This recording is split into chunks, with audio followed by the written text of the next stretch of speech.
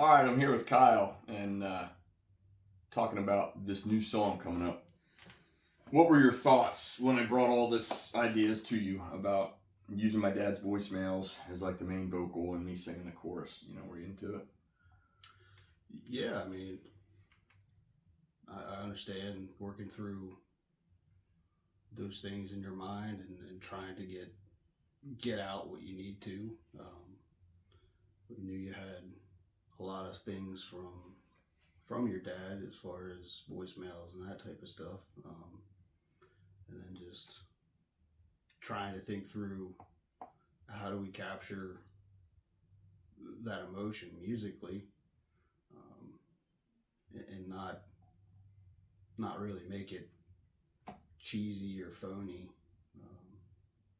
Yeah, that would have definitely been the hard part. How did you? I gave you a ton of voicemails, and I had to chop them all up and figure it out. I was trying to tell you how to go through, like, you know, he got sick, and then he got better, and then he got sick, and then I also recorded the funeral of my dad in Arlington. I had all that too, so that'll be popping in and out too, the song. But I gave all this to Kyle. How'd you take it? Yeah, like you said, you just you gave me some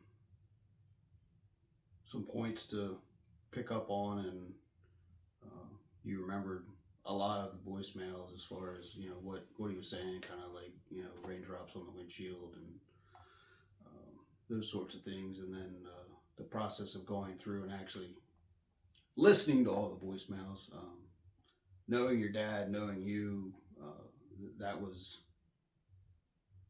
a little more. I don't want to say daunting, but it was a process, and it took a lot to get through it. Just knowing what was happening, and knowing how you were probably feeling, and dealing with those emotions, it became pretty overwhelming at times, even for me, let alone you having to compile all the voicemails and send them to me. Then it was just the process of, okay, what makes sense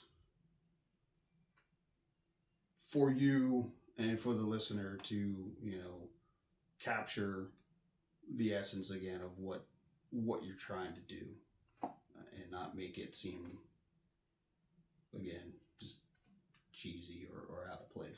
Right, you had to put the goat skull spin on it. We're a serious band. We've always been that way, and be pretty heavy and serious, and we get through it. And that was a big thing for sure for Kyle to figure out here, to how to do all of that without it. I mean, millions of bands have done the whole voicemail thing. It's just how to do it correctly and how to portray that. Well, with that vibe, how heavy that was, we were going in. I said this on the previous video. Going into the second session, and I got word that my mom was not doing good, and they're not gonna have a long time to live yet. I know I got a hold of you, and I got a hold of Shannon, and I said, hey, this is not too good, but we got to keep doing this. That was a pretty rough day. Yeah, again, knowing your parents for a large portion of my life, there had been a bit of time there where I hadn't seen them for a while, but still, I've known your parents growing up as a teenager and been at the house. I can't tell you how many times. Your parents were always very good to us, and we always felt like extended family, and that knowing them, and also knowing everything that your mom's been going through for so long.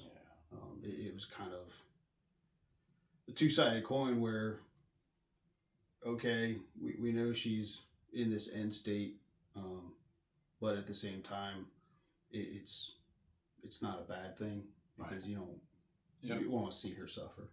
Yeah, no, good point. And see your family go through everything it's been through with your dad, and with her for so many years. That was a rough day. Shannon, though, I mean, he really kicked in there. I mean, he just was like, okay, this is poetic. It's not great, but let's get this done. So that was good. We had that guy for sure. So after those, at least after those 2 sessions, we had a better idea where this was going. Yeah, I mean, I had written the guitar parts, just in the process of listening to the voicemails, kind of trying to place things in chunks, and then sort of set the tone of what are you really after. So we had a real rough idea of these are the core parts of the foundation we're looking to do. And then when we got there with Shannon, it was pretty much, what parts do you have? Let's kind of listen to what's there and put it all together in a more fluid motion than it just being the blocks it was to fill the spacing. You know, you're using the voicemails as like samples. It's, you have these periods of time in between, and what are we doing with those periods of time? Obviously your vocal is there, so then it's just a matter of putting the puzzle together. Yeah, it was that second session where we really put it in. My vocal, the chorus was done. Your main acoustic was done. And Shannon really helped us put a lot together there too. He was feeding everything in and bringing it all in, and magic with that. The guitars that you were using, you want to talk about that a little bit? Have a Martin 000 mahogany guitar, the acoustic. That sounded really good. Yeah, I actually put flat wound strings on it. It's the first time I really played with flat wounds. I just didn't want that real tinny sound or a high pitched tone that you normally get from an acoustic.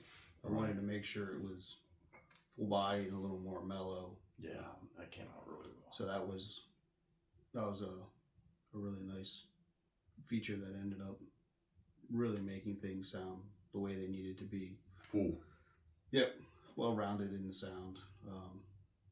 Then I did some guitar parts with Black Diamond custom guitar that I've had built. It's one of my favorite guitars. And then also you'd won the Kenny Hickey, the Schecter Kenny Hickey, right. on that drawing, which I had an idea for. I want to use that Sustainiac pickup that it came with. Right. So I used that and did some slide stuff, which I don't normally do much slide stuff, but that made it super easy. That pickup is wild. Yeah, it's pretty cool. So we've been talking about this for, I don't know. I mean, my dad's been gone for 3.5 years. We've been talking about this song for almost that amount of time. For quite a while. From inception to putting everything together. Yeah. For quite a while. So it was very hard to find the right guy to do this for us. I went through at least 3, 4, 5 guys I asked to try to help us with this, to put this thing together. And either everybody bailed or failed, or it was too much, or it just was too much for them, or it was too intense for them, or I don't know. But we did find the right guy with Shannon. He was great. I said that on the first video. What were your thoughts with him, with that? Because you never met him before, and you came right into the studio and right away. Yeah, the only moment of, hey, this is Shannon, was at our show at Mickey's Black Box. That's right.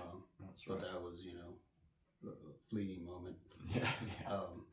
So actually, you actually sit down with somebody. You don't know what you're getting into, personality wise. Is it, are they kind of prima donna with things? Are they not? But Shannon was much the opposite. It was pretty much, hey, what thoughts do you have? What riffs do you have? How about this? How about that? It wasn't, hey, this is your song, or hey, I'm recording this and we need to do it this way, blah, blah, blah. It was very much all of us together, right? Yeah, that's how I felt too. He definitely was there on the computer and doing all of that, but at the same point, he was giving his 2 cents. He was hanging out. He caught the vibe right away. I mean, I think he didn't know what really was happening either till we came. I mean, it's not a Goat Skull song. It's not a typical GSR song. So coming in there heavy with that, he wrapped his head around that pretty quick. Yeah, I sent him all the tracks and everything I had for the song. He uses Reaper Doll. I use Reaper Doll, so that made life much easier. Um, and obviously, his life is busy just like everybody else's. But the night before, he had actually completely listened to what I sent him, and he's like, "Oh, well, you've got you've got a song here." So I think that really helped him see what we were going after as well, but not. It's always that I don't want to block your mind from sort of thinking in one direction, right? But at the same time, give you what you need to actually help move things along. And I think that was the big drawback with a lot of other people is, hey, we want to do this song, and I think even Shannon said, "Oh, it's going to be a Goat Skull song," and you're like, "No, it's not. No, it's not like a Goat Skull song. It's not heavy guitars and drums and everything." He's like, "Oh, okay." So just trying to explain that, and people trying to wrap their heads around this different take and different style for Goat Skull, I think was the hardest part. He really picked up on it. So. Yeah, he did. He definitely did. All right, Rebellion, you heard it from us. You're going to hear this thing sooner than later, all right?